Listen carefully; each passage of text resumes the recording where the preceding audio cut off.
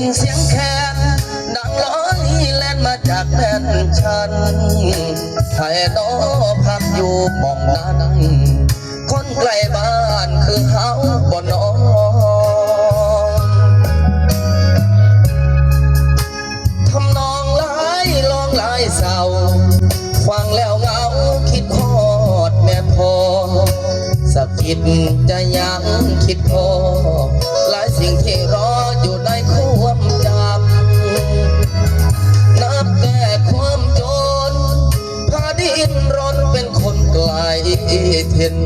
ความทุกข์บีบหายต้องดินอยากกันบ่เศร้าแต่เศร้าหอดคำมาไกลหลายปีติดต่ออยู่กทมบ่ได้ฟังลำคืนนี้เหมือนแขนใครท่าอับว่าลืมทางเมื่อบ้านเลี้ยวไป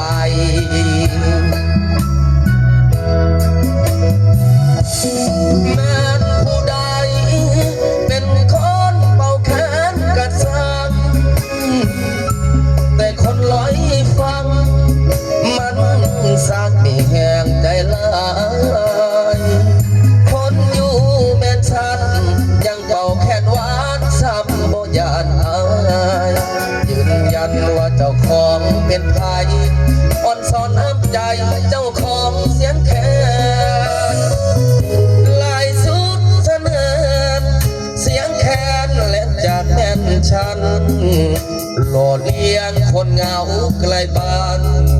สู่พระฝันบนทางหักแสนให้แน่นเหนียวคือบ้านเขาคนบ้านเฮาหักกันมันแก่นเป่าอีกแน่ดื้อหมอแคนสวยเป็นตัวแทนพร้อมใจ